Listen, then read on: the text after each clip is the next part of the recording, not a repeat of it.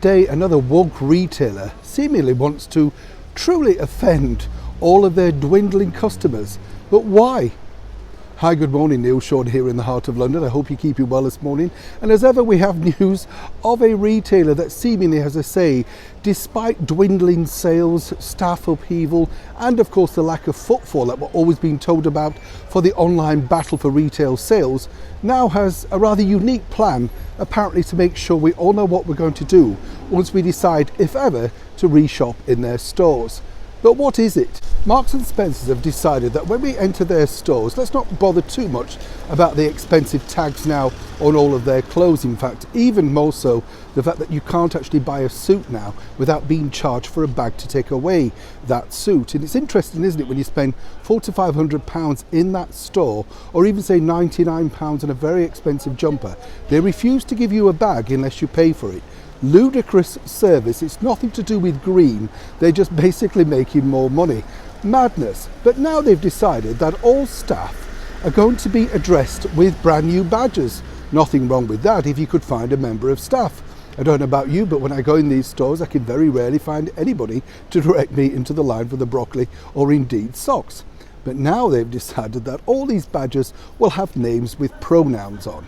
I'm sure that's gone down with all the staff who are on 0-hour contracts or indeed short-term contracts for Christmas. Let's not bother about a bonus, you've got a shiny new badge. Are the only retail woke company, because step forward supermarket giant Sainsbury's, who are now brashly announced with a PR blurb that by the end of this decade all of their stores will be lit with LED lighting. Wonderful, you might think.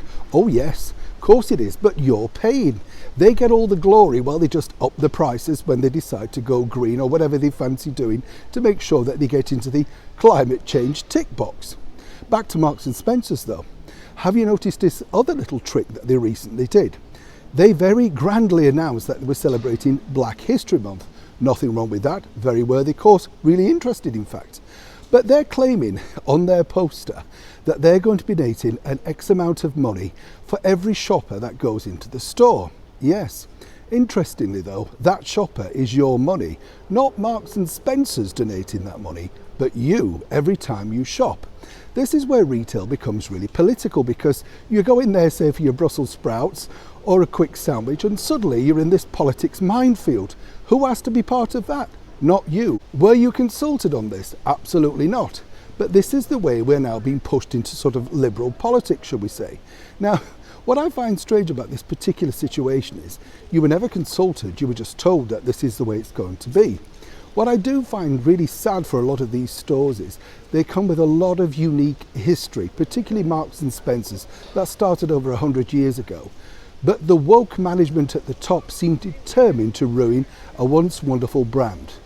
The only good news about that is, of course, it does leave the door wide open for a brand that could be full of friendly customer-based service that's not preaching each time you go through the door.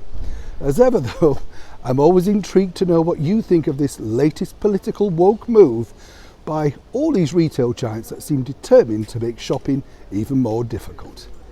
Neil Sean in the heart of London.